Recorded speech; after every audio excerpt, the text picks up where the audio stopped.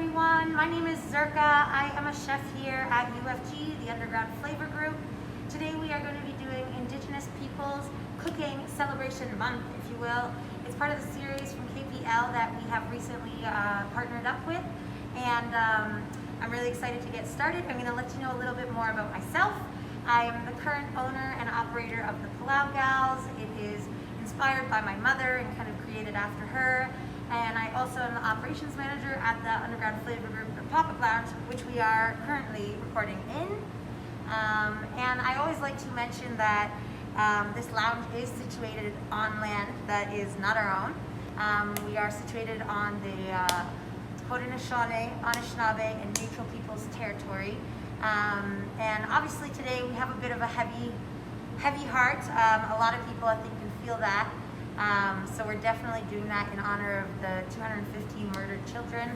And we're going to be talking a little bit more about that throughout the video, obviously. And today what we're going to do is we're going to celebrate them and honor them by sharing culture. That's how we learn from each other. That's how we value each other. So we're going to be doing some pretty iconic cooking, some bannock bread, and Three Sisters soup. So we are going to start off with Three Sisters soup. It is an iconic traditional dish for plenty of Indigenous folk. It always has these three staples in it. It has beans, corn, and squash. And today we're using butternut squash and just some nice green beans and some fresh corn right off the cob. And this soup holds a lot of spiritual significance in their culture. These three items are seen as a way to live and sustain life on earth. And just to give it a little flavor, we are going to have a little bit, I have an onion and garlic puree here. We're going to start soup off by frying that out and then getting some saute on these veggies done.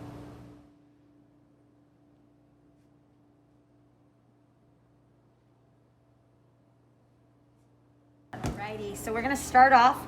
I have some pureed onions and garlic here. We're just going to cook that off until we smell no more raw onion. And that will give a nice little flavor to the base of our soup.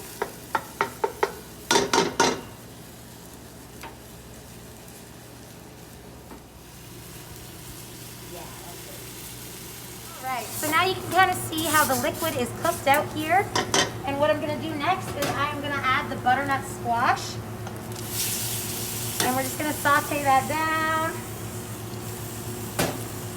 Take out any extra liquid and, you know, give them a nice little cook too.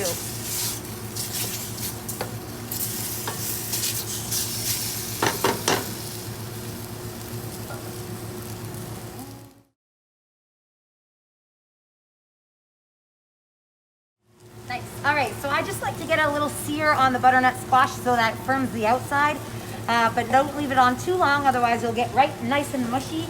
And now I'm adding in some of the green beans. I just cut them into threes. It depends on how long your beans are. But honestly, the freshness from them is lovely. Okay.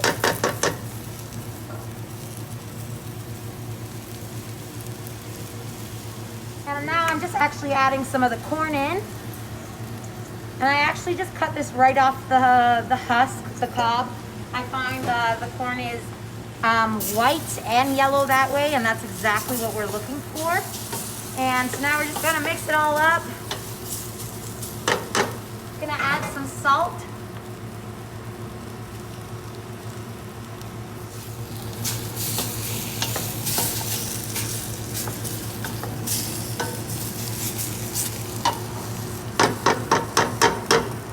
Okay.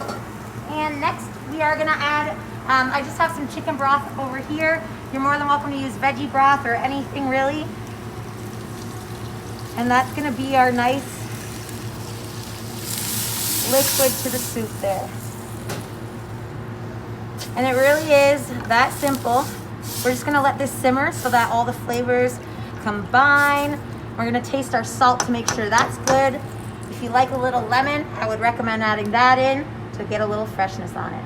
So we are going to move on towards bannock. And what's really cool about a lot of cultures is everybody kind of has their own bread. For me, growing up, I grew up with something called paratha, but then I also went and spent my summers at camp where I learned how to make bannock. And traditionally, we learned how to make it by taking a thin string of it and wrapping it around a stick and roasting it over the fire.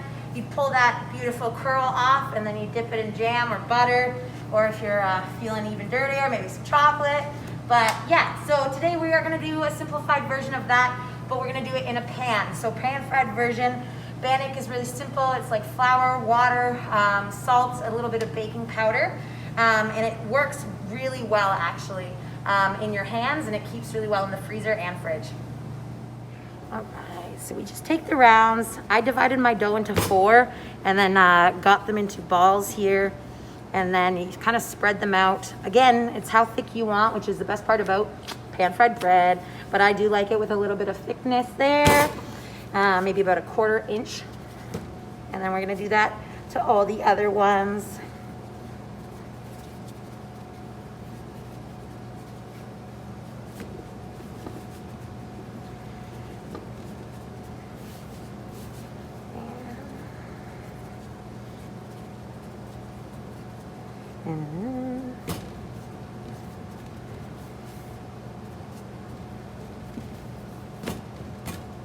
And one last one.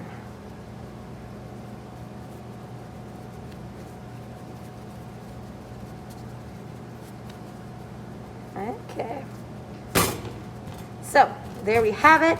And they go directly into a really hot oil. I'm using a cast iron today because the heat retains really well in them. And once your oil is really hot, it spreads nicely. You take your dough, and we're just gonna put it right in. I'm gonna spread it a little, and we're gonna let that cook for a little bit.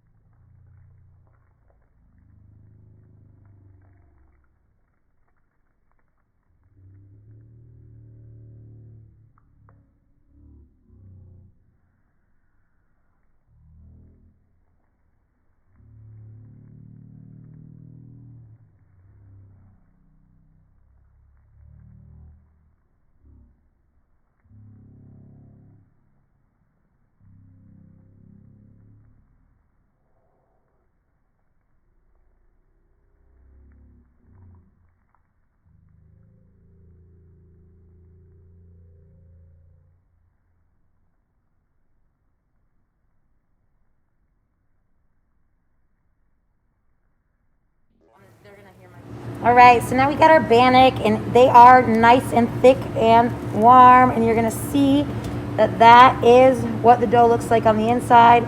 It is beautiful, thick, fluffy goodness, ready to dip in soup. All right, folks, so while we were cooking the bannock, frying that up perfect golden brown, we had our soup simmering.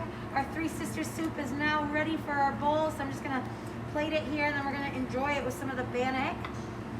It's really nice because it's fully loaded and flavorful as heck. Maybe a little more. Just do. Get all the goods in there. All right.